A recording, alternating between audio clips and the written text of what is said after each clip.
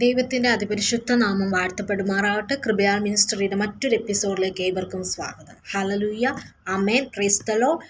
Hallelujah. ഇന്നത്തെ ചിന്താവിഷയമായി നമുക്കൊരു വചനം വായിക്കാം. ഉൽപ്പത്തി 4-ാം അധ്യായത്തിൻ്റെ 7-ാമത്തെ വചനം.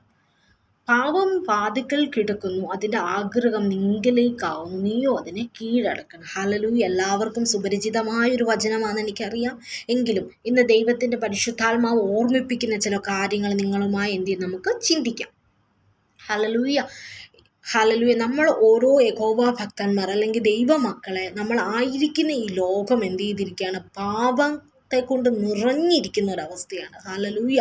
നമ്മൾ എവിടെ നോക്കിയാലും എന്താണ്? ഓരോ പാപ പ്രവൃത്തികൾ ഹല്ലേലൂയ നമുക്ക് കാണാൻ കഴിയുന്നു, കേൾക്കുവാൻ കഴിയുന്നല്ല. അനേക ന്യൂസിലൂടെയൊക്കെ നമ്മൾ ഓരോ ദിവസവും കേൾക്കുകയാണ്. എന്താണ്? അപ്പൻ മക്കളെ കൊന്നു, മക്കൾ അപ്പനെ കൊന്നു, അല്ലെങ്കിൽ പല പല ന്യൂസുകൾ നമ്മൾ ഓരോ നിമിഷവും എന്താണ് കേൾക്കുകയാണ് അല്ല. പല പല മ്ലേച്ഛകരമായ വഷളത്വം പ്രവർത്തിക്കുന്ന ഒരു തലമുറകളുടെ നടുവിലാണ്, അല്ലെങ്കിൽ ഒരു ദൈവം എന്താണ് അങ്ങനെയുള്ളവരുടെ നടുവിലാണ് ദൈവമക്കളെ നമ്മൾ ആയിരിക്കുന്നത് അല്ലേ. പക്ഷേ കർത്താവ് നമ്മളിൽ നിന്ന് ആഗ്രഹിക്കുന്ന എന്താണ്? പാപം നമ്മുടെ വാതിക്കൽ കിടക്കും. പാപത്തിൻ്റെ ആഗ്രഹം എപ്പോഴും ഒരു യഹോവ ഭക്തനെ തകർക്കുക എന്നാണ്. ദൈവ തേജസ്സിൽ നിന്ന് എന്ത് ചെയ്യുക? പറിച്ച് താഴെ ഇടുക, അല്ലെങ്കിൽ തള്ളി താഴെ ഇടുക.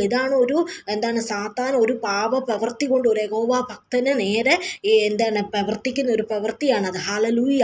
പക്ഷെ ദൈവം എന്താണ് ഓരോ ദൈവ മക്കളോട് പറയുന്നത്? നമ്മൾ അതിനെ എന്ത് ചെയ്യണം? ഓവർകം ചെയ്യണം. നമ്മൾ അതിനെ എന്ത് ചെയ്യണം? കീഴ്പ്പെടുത്തുന്നവരായിത്തീരണം. ഹല്ലേലൂയ. ഇപ്പോൾ ഇവിടെ വായിച്ച ചരിത്രമൊക്കെയും നമുക്കറിയാം അല്ലേ. ഹാബേൽ, അതായത് കൈന് എന്ത് ചെയ്തു? ഹാബേലിനോട് എന്ത് ചെയ്തു? കോപം ഉണ്ടാകുവാനിടയായി തീർന്നു. അതായത് ദൈവം ഹാബേലിൻ്റെ യാഗത്തിന്മേൽ പ്രസാദിച്ചു, കൈൻ്റെതിൽ പ്രസാദിച്ചില്ല അല്ലേ. അപ്പോൾ ഇവിടെ നമുക്ക് പഠിക്കുമ്പോൾ നമുക്ക് ചിന്തിച്ചാൽ നമുക്ക് മനസ്സിലാകുന്നത് കൈൻ്റെ ഹൃദയത്തിലേക്ക് എന്തു വന്നു? ഒരു അസൂയ ഉളവാകുവാനിടയായി തീർന്നു. ഈ അസൂയ എന്ന ചിന്ത എന്തു വന്നു? കോപത്തിലേക്ക് വരുവാനിടയായി. ഈ കോപം എന്ത് ചെയ്തു? അത് പ്രവൃത്തിയിലൂടെ വന്നൊരു കൊലപാതകം അവിടെ ഉളവായി എന്ന് നമ്മൾ തിരുവചനം നമുക്ക് ചിന്തിച്ചാൽ മനസ്സിലാകുന്നു. ഹല്ലേലൂയ. അതേ ദൈവമക്കളെ, നമ്മുടെ ഹൃദയത്തിനുള്ളിൽ എന്ത് ചെയ്യും? ഫസ്റ്റ് കൊണ്ട് സാത്താൻ എന്ത് ചെയ്യും? ഒരു ചിന്ത കൊണ്ടിടും. ഈ ചിന്ത പിന്നീട് നമ്മൾ അതിനെക്കുറിച്ച് ചിന്തിച്ച് അല്ലെങ്കിൽ അത് നമ്മൾ കർത്തൃത്വം എടുത്ത് നമ്മൾ എന്ത് ചെയ്യും? നമ്മുടെ ഒരു പ്രവൃത്തിയിലൂടെ അതെന്തായി? ഒരു മഹാപാപത്തിലേക്ക് അത് പോകാനിടയായി തീരും. ഇവിടെ കൈനോട് ദൈവം തന്നെ എന്തൊരു വാണിംഗ് കൊടുക്കുന്നതാണ് ഈ ഒരു വചനം. എന്താണ്? പാപം നിന്റെ വാതിക്കൽ കിടപ്പുണ്ട്. ഹല്ലേലൂയ. നീ അതിനോട് എന്ത് ചെയ്യുക? എതിർക്കുക. ആമേൻ, സ്തോത്രം. ഹല്ലേലൂയ. പക്ഷെ കൈൻ അത് എന്ത് ചെയ്യുന്നില്ല, തിരിച്ചറിയുന്നില്ല എന്ന് നമുക്ക് താഴേക്ക് വായിക്കുമ്പോൾ അത് നമുക്ക് മനസ്സിലാകുവാൻ കഴിയുന്നു. ഹല്ലേലൂയ. ആമേൻ, സ്തോത്രം. നമ്മൾ ഈ ആയിരിക്കുന്ന ഈ ഒരു ലോകത്ത് പല പല പ്രലോഭനങ്ങൾ നമ്മുടെ ജീവിതത്തിൽ വരാം. ഹല്ലേലൂയ. ആമേൻ, സ്തോത്രം. പല പല പ്രലോഭനങ്ങൾ, കോപങ്ങൾ അല്ലേ. ഒരു ചിന്ത മതി ദൈവമക്കൾ അത് പാപത്തിലേക്ക് പോവുക. ഇപ്പം ഞാൻ പറയുമ്പോൾ നമ്മൾ ഓരോരുത്തരും ചിന്തിക്കും, ഞാനൊരു കൊലപാതകയല്ല, അല്ലെങ്കിൽ ഞാൻ വ്യഭിചാരം ചെയ്യുന്നില്ല, അല്ലെങ്കിൽ ഞാൻ മഹാപാപങ്ങളൊന്നും ചെയ്യുന്നില്ല. പക്ഷെ ദൈവവചനം നമ്മളെ പഠിപ്പിക്കുന്നത് നമുക്കൊന്ന് ശോധന ചെയ്യും അല്ലേ. നമുക്കറിയാവുന്നതാണ് ഗിരിപ്രഭാഷണം 5-ാം അധ്യായത്തിൽ നമ്മൾ ഇപ്രകാരം വായിക്കുന്നുണ്ട്. തൻ്റെ സഹോദരനോട് കോപിക്കുന്നവന്, ദൈവം പറഞ്ഞതാണ്, തൻ്റെ സഹോദരനോട് കോപിക്കുന്നവനല്ല എന്ത് ചെയ്യാണ്? ന്യായവിധിക്ക് യോഗ്യനാവും. നിസാര എന്ന് പറഞ്ഞാൽ മതി, മൂഢ എന്ന് പറഞ്ഞാൽ മതി. നമ്മൾ എന്ത് ചെയ്യണം? ഒരു പാപം ചെയ്തു പോവുകയാണ്. അതുപോലെ എന്താണ്? വ്യഭിചാരം നീ ചെയ്യണ്ട.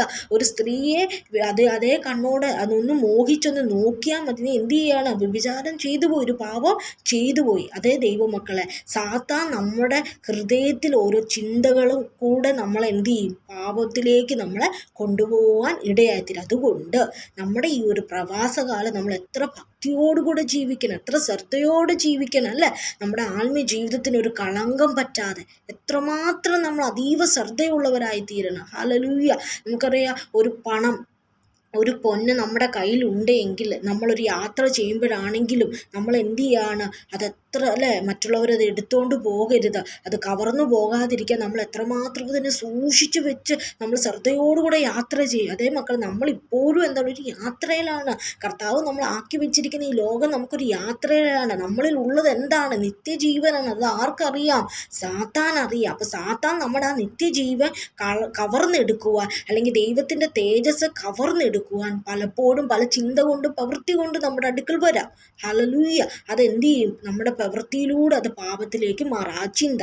അപ്പം നമ്മൾ നമ്മുടെ ഹൃദയത്തെ സദൃശവാക്യത്തിൽ വായിക്കുന്നത് പോലെ അതീവ ജാഗ്രതയോടുകൂടെ നീ നിന്റെ ഹൃദയത്തെ കാത്തുകൊള്ളണം. ഹല്ലേലൂയ. ആമേൻ. സ്തോത്രം. ഹല്ലേലൂയ. അതേപോലെ നമ്മൾ ബൈബിൾ പഠിക്കുമ്പോൾ നമുക്കൊരാളെയും കൂടെ നമുക്കറിയാം. എന്താണ്? ദാവീദ്. അതായത് 2 ശമൂവേൽ 11:2 ഞാനൊന്ന് ജസ്റ്റ് ഒന്ന് പറഞ്ഞു വിടുകയാണ്. അവിടെ നമുക്ക് കാണുന്നത് എല്ലാവരും ആ ആണ്ട് രാജാക്കന്മാരെല്ലാം യുദ്ധത്തിന് പോയി. ഈ യുദ്ധം നമുക്കൊരു പ്രാർത്ഥനയായിട്ട് എടുക്കാം. അവരെല്ലാം പ്രാർത്ഥനയ്ക്ക് പോയി. അപ്പോൾ ദാവീദ് എന്തെങ്കിലും പോയില്ല. അപ്പോൾ ഓൾറെഡി ദൈവത്തിൽ നിന്ന് ജസ്റ്റ് ഒന്ന് മാറി നിൽക്കുന്ന ഒരു അനുഭവത്തിൽ ആര് വന്നു? അവിടെ ഹൃദയത്തിന്മേൽ സാത്താൻ കടന്നു വരുവാനിടയാത്തത്. എങ്ങനെ വന്നു? കണ്ണിലൂടെ. അതായത് ഒരു സ്ത്രീ കുളിക്കുന്ന കാണുവാനിടയാത്തത്. അവിടെ എന്ത് ചെയ്യുന്നു? ഉലാവിക്കൊണ്ടിരിക്കുമ്പോൾ ഒരു സ്ത്രീ എന്ത് ചെയ്തു? കുളിക്കുന്നത് കണ്ടു. അപ്പോൾ ദാവീദ് അത് കാണുവാൻ ഇടയായി തീർന്നു. അത് കണ്ടതിന് ശേഷം ആ ഒരു കണ്ണിലൂടെ വന്ന ആ പാപം എന്ത് ചെയ്തു? ഹൃദയത്തിൽ വന്നത് ചിന്തകളിൽ പ്രലോഭനങ്ങളിലൂടെ ഉളവാകുവാനിടയായി. ആ ചിന്ത എന്ത് ചെയ്തു? ഓവർ തിങ്കിങ്ങിലൂടെ അതെന്ത് ചെയ്തു? ആ ഒരു മോഹം ഉളവായി. ആ മോഹം എന്ത് ചെയ്യുന്നു? പാപത്തെ ഗർഭം ധരിക്കും. മഹാപാപത്തിലേക്ക് ആ ചിന്ത എന്ത് ചെയ്യും? പോവാനിടയായി തീർന്നു അല്ലേ? ഹല്ലേലൂയ. ആമേൻ. സ്തോത്രം. ദാവീദ് ആ ഒരു ടൈമിൽ ആ ഒരു നോട്ടം അവിടെ കൂടാ ജസ്റ്റ് കൺവെട്ടിക്കുവാണെങ്കിൽ അല്ലേ, ആ കണ്ണിനെ എന്ത് ചെയ്തു? ആ പാപത്തിൽ നിന്ന് അപ്പോൾ തന്നെ നോ പറഞ്ഞിരുന്നുവെങ്കിൽ അവിടെ ഒരു മഹാപാപം ഉളവാകുമായിരുന്നോ? ഇല്ല. നമ്മളെ തന്നെ നമുക്കൊന്ന് ശോധന ചെയ്യാം. എത്രയൊക്കെയോ പാപങ്ങൾ നമ്മൾ വന്ന ഇതിലൂടെ ഒരു ചിന്തകളിലൂടെയല്ലേ. ശത്രുവാനൻ പല ചിന്തകൾ നമ്മൾ അന്ന് സ്റ്റോപ്പ് ചെയ്തിരുന്നുവെങ്കിൽ എത്ര പാപങ്ങൾ നമ്മൾ ഒഴിവുള്ളവരായി തീരുന്നാനെ അല്ലേ. ഇതൊക്കെയും പ്രസംഗിക്കുവാൻ എളുപ്പമാണ്, പക്ഷെ നമ്മുടെ ജീവിതത്തിൽ അത് എന്ത് ചെയ്യണം? ഹല്ലേലൂയ.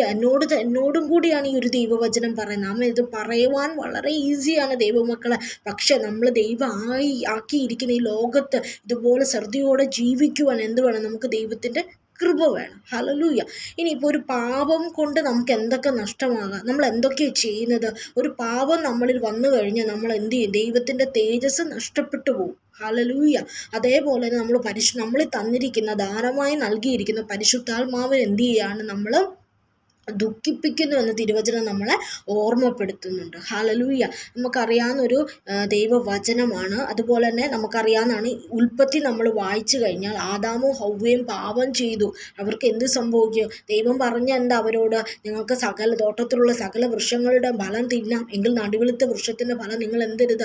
തിന്നില്ല. തിന്നുന്ന നാളെ നിങ്ങൾ മരിക്കും. പക്ഷെ നമ്മൾ നോക്കുമ്പോൾ മരിച്ചോ? ഇല്ല. 930 വർഷം നമ്മളുടെ ആദാം ജീവിച്ചു. പക്ഷെ അവിടെ എന്ത് മരണമാണ് സംഭവിച്ചത്? ദൈവം ഏത് മരണത്തെക്കുറിച്ചാണ് സംസാരിച്ചത്?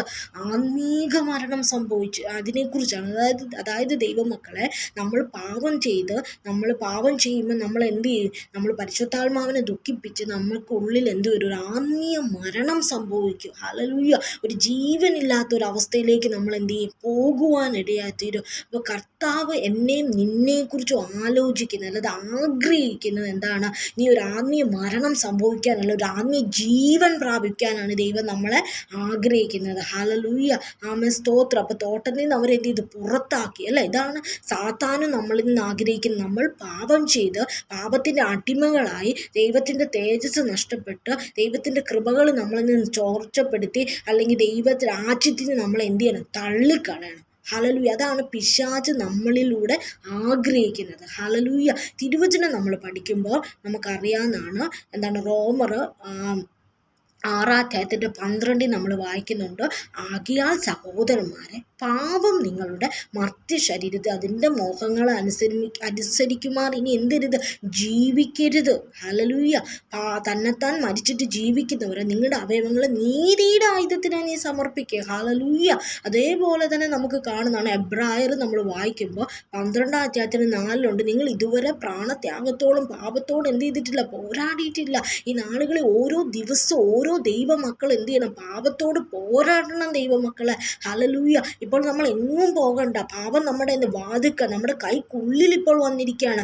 ഒരു മൊബൈൽ ഫോൺ നമ്മൾ എടുത്തു കഴിഞ്ഞാൽ നമ്മൾ ചിലപ്പോൾ ഒരു ന്യൂസ് നോക്കുമ്പോൾ അതിൻ്റെ ഇടയിൽ എന്ത് ചെയ്യുക? പല കാര്യങ്ങളും കടന്നു വരാം. എങ്കിലും ഒരു യഹോവ ഭക്തൻ നിശ്ചയിച്ച ഒരു ദൈവ പൈതലാണ്. ദൈവം എന്നോട് കൂടി ഇരിപ്പുണ്ട്. ദൈവത്തിൻ്റെ കണ്ണുകൾ കാണുന്നത് എൻ്റെ കണ്ണും കാണുകയുള്ളൂ എന്ന് ഉറപ്പുണ്ടെങ്കിൽ ആ പാപത്തിന് നമുക്ക് എന്ത് ചെയ്യാൻ പറ്റും? പുറത്തു വരുവാൻ കഴിയും. ഹല്ലേലൂയ. ആമേൻ. സ്തോത്രം. സ്തോത്രം. അതുകൊണ്ട് ഈ നാളുകളിൽ നമ്മൾ എന്ത് ചെയ്യണം? പാപത്തോട് പോരാടണം. പോരാടി നമ്മൾ ഈ ലോകത്ത് എന്ത് ചെയ്യണം? ആയിരിക്കണം. ഹല്ലേലൂയ. എന്നെ കേൾക്കുന്ന വ്യക്തി ജീവിതങ്ങൾ ആരെങ്കിലും ഹല്ലേലൂയ പാപത്തിൽ നിന്ന് അടിമപ്പെട്ട് ഹല്ലേലൂയ പാപ സ്വഭാവത്തിൽ നിന്ന് പുറത്തു വരുവാൻ കഴിയാതെ വേണം എത്ര പ്രാർത്ഥിച്ചിട്ടും എനിക്ക് പുറത്തു വരുവാൻ കഴിയുന്നില്ല, വീണ്ടും വീണ്ടും ചില പാപ സ്വഭാവങ്ങൾ എന്നെ കർത്തൃത്വം എടുക്കുന്നുവെന്ന് നിങ്ങൾക്ക് കർത്താവ്, നിങ്ങൾ ഭാരപ്പെടുന്ന ദൈവ മക്കളാണ് എന്നെ കേൾക്കുന്നുവെങ്കിൽ ഞാൻ ഈ ഒരു തിരുവചനം നിങ്ങളോടാണ് ഷെയർ ചെയ്യുന്നത്. ഹല്ലേലൂയ. യഹോവ നിങ്ങളോടാണ് സംസാരിക്കുന്നത്. നിങ്ങളോടാണ് ഇടപെടുന്നത്. നിങ്ങൾ ആ പാപത്തിൽ നിന്ന് പുറത്തു വരണം. ഹല്ലേലൂയ. ആമേൻ. സ്തോത്രം. പാപത്തോട് പ്രാണത്യാഗത്തോളം പോരാടിക്കൊണ്ട് അതിൽ നിന്ന് എന്ത് ചെയ്യുക? പുറത്തു വരണം. ഹല്ലേലൂയ.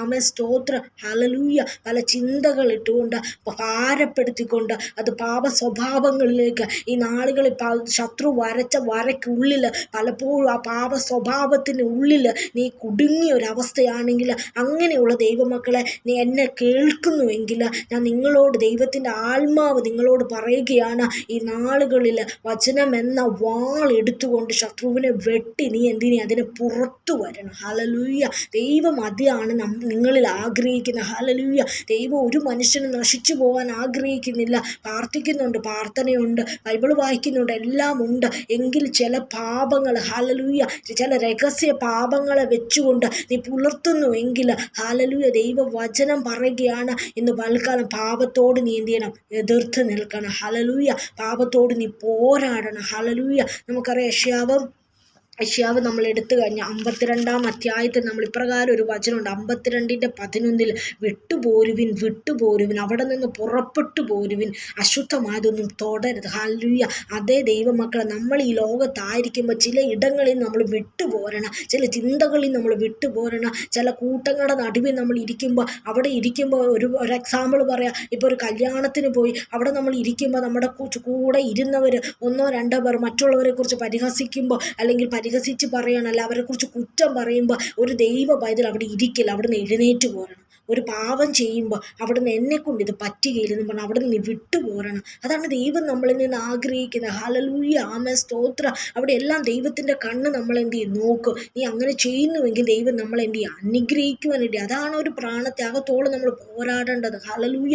നമ്മൾ പോരാടി ജയിക്കണം. ചിലതിനെ വിട്ടുപോരണം. നമ്മുടെ ജീവിതത്തെ പിന്തുടരുന്ന ഹല്ലേലൂയ ചില ആത്മീകമായി അല്ലെങ്കിൽ ഉയരുവാൻ കഴിയാതെ വേണം ചില പാപ സ്വഭാവങ്ങൾ പിന്തുടരുന്ന ചില വ്യക്തി ജീവിതങ്ങൾ എന്നെ കേൾക്കുന്നുണ്ടെങ്കിൽ എന്നെ യഹോവയുടെ നാമത്തിൽ അതിനെ എന്ത് ചെയ്യുക? എതിർത്തുകൊണ്ട് അതിനെ കീഴടക്കിക്കൊണ്ട് നീ എന്ത് ചെയ്യുക? മുമ്പോട്ട് വരികയാണെങ്കിൽ ചില കൃപാവരങ്ങൾ ഹല്ലേലൂയ കഴിഞ്ഞ നാളുകളിൽ ആമേൻ. സ്തോത്രം. നീ ആയിരുന്ന പോലെ കഴിഞ്ഞ നാളുകളിൽ നീ എങ്ങനെയാണോ ദൈവസന്നിധി പ്രകാശിച്ചതുപോലെ ഹല്ലേലൂയ ഈ നാളുകൾ ദൈവം നിന്നെ എന്ത് ചെയ്യും? വീണ്ടും എഴുന്നേറ്റ് നീ പ്രകാശിക്കാൻ നിന്റെ പ്രകാശം വന്നിരിക്കുന്നു. ഹല്ലേലൂയ. പാപത്തിൻ്റെ ചേറ്റിൽ കൂരിരുട്ടിൽ നീ പെട്ടുപോയവരെന്നെ കേൾക്കുന്നുണ്ടെങ്കിൽ ഈ വചനങ്ങൾ നിങ്ങൾ എന്ത് ചെയ്യട്ടെ? അതിൽ നിന്ന് പുറത്തു കൊണ്ടുവരട്ടെ. ഹല്ലേലൂയ. അതിന് എന്ത് ചെയ്യട്ടെ? വിട്ടുപോരുവിൻ. ഹല്ലേലൂയ. അതേ ദൈവമക്കളെ, ഒരിക്കൽ കൂടെ ഞാൻ നിങ്ങളോട് പറയുകയാണ്, പാപം നമ്മളിൽ വന്നു കഴിഞ്ഞാൽ അത് നമ്മളിൽ നിന്ന് ദൈവ തേജസ് നഷ്ടപ്പെടും. ഹല്ലേലൂയ. അതുകൊണ്ട് നമ്മുടെ മുമ്പിൽ വെച്ചിരിക്കുന്ന ചില രഹസ്യ പാപങ്ങൾ, ആരും എന്നെ കാണുന്നില്ല എന്ന് നീ ചെയ്യുന്ന ചില പാപ സ്വഭാവങ്ങളെ നിന്ന് നീ പുറത്തു വരേണ്ടത് അത്യാവശ്യമാണ്. സമയം അടുത്തിരിക്കുന്നു ദൈവമക്കളെ. ദൈവത്തിൻ്റെ വരവ് ഏറ്റവും അതിക്രമിച്ചിരിക്കുന്നു. അതുകൊണ്ട് ഈ നാളുകളിൽ നമുക്ക് നമ്മളെ തന്നെ എന്ത് ചെയ്യുക? നമ്മളെ തന്നെ ഒരുക്കുക. പാപചിന്തകൾ വരുമ്പോൾ അതിനോട് എതിർത്ത് നിൽക്കുക. ദൈവവചനം കൊണ്ട് അതിനെ എതിർത്ത് നിൽക്കുക. ദൈവം നമുക്ക് കൃപ നൽകുമാറാകട്ടെ. ആകിയാൽ ഈ വചനം നമ്മൾ ഓരോരുത്തരും അനുഗ്രഹിക്കുമാറാകട്ടെ. ആമേൻ. സ്തോത്രം. ഹല്ലേലൂയ. നമുക്ക് 2 മിനിറ്റ് ഒന്ന് പ്രാർത്ഥിക്കാം. ഹല്ലേലൂയ. സ്തോത്രം. എന്നെ കേൾക്കുന്ന ഹല്ലേലൂയ ദൈവമക്കളെ ഓർത്ത് ഞാൻ പ്രാർത്ഥിക്കുന്ന കർത്താവേ, ആരെങ്കിലും പാപത്തിൻ്റെ ചേറ്റിൽ കടന്ന് അതിന്മേൽ പുറത്തു വരാതെ വണ്ണം ഭാരപ്പെടുന്നുണ്ടെങ്കിൽ എൻ്റെ യഹോവ ഈ വചനം അവരുടെ ജീവിതത്തോട് ഇടപെടുമാറാകട്ടെ. കർത്താവേ, ഈ ഒരു വചനം ഏറ്റവും അനുഗ്രഹമാക്കി തീർക്കുമാറാകണം. ദുഷ്ടനാവൻ വെച്ചിരിക്കുന്ന ആ ചെങ്ങലയിൽ നിന്ന്, ആ പാപത്തിൻ്റെ ചെങ്ങലയിൽ നിന്ന് അവർ പുറത്തു വരുമാറാകട്ടെ എന്ന് ഞാൻ പ്രാർത്ഥിക്കുന്നു കർത്താവേ. പരിശുദ്ധാത്മാവേ, എൻ്റെ പ്രാർത്ഥന യാചനയും കേട്ട ദൈവകൃപകൾക്കായി ഞാൻ സ്തോത്രം ചെയ്യുന്നപ്പ. ആമേൻ. സ്തോത്രം. ഹല്ലേലൂയ. ദൈവം നമ്മൾ ഓരോരുത്തരും അനുഗ്രഹിക്കുമാറാകട്ടെ. ആമേൻ.